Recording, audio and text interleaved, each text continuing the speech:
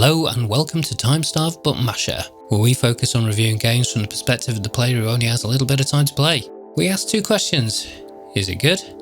And how's it handle me having to down tools in the middle of a session, otherwise known as does it respect my time? Today I'm looking at Peglin, and in the interest of brevity, here's the short version. Is it good?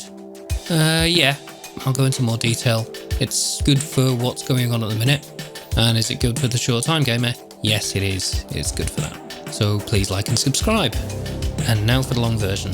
Peglin is basically a combination between Peggle and Slay the Spire.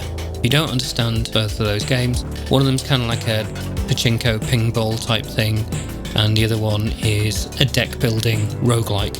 In this, the deck itself is made out of rocks, or rather the things you fire at the pegs. They are built with every single run and have different weights and obviously a different combination. There's a number of different boards, some of which are dynamic.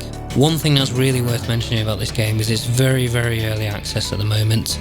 This is one of the reasons why I say it's good, but also I kind of had enough of it at one point, but I will come back to it because it shows a lot of potential.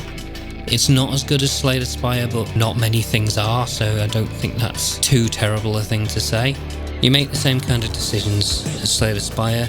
In other words, after you've completed a round, you then get to choose to go left, right, or just straight down, depending on what you have as options.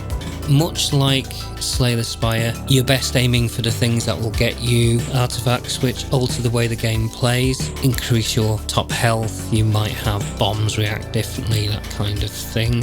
With a bit of balancing and some more varied rooms, I think it really could be great. One of the things it's really got a problem with at the moment is there is a lot of repetition of content. That's less of a problem in things like Slay the Spire, where your deck is very different every time.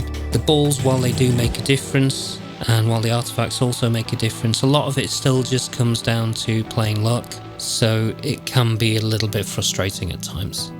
Now, as to it being good for the short time gamer, it does work really well. You will start at the start of every battle, so you can't go partway through a battle and then expect to come back where you are. But that's acceptable because battles aren't very long, they only last a couple of minutes generally, so I can consider that a win, especially compared to an awful lot of games these days.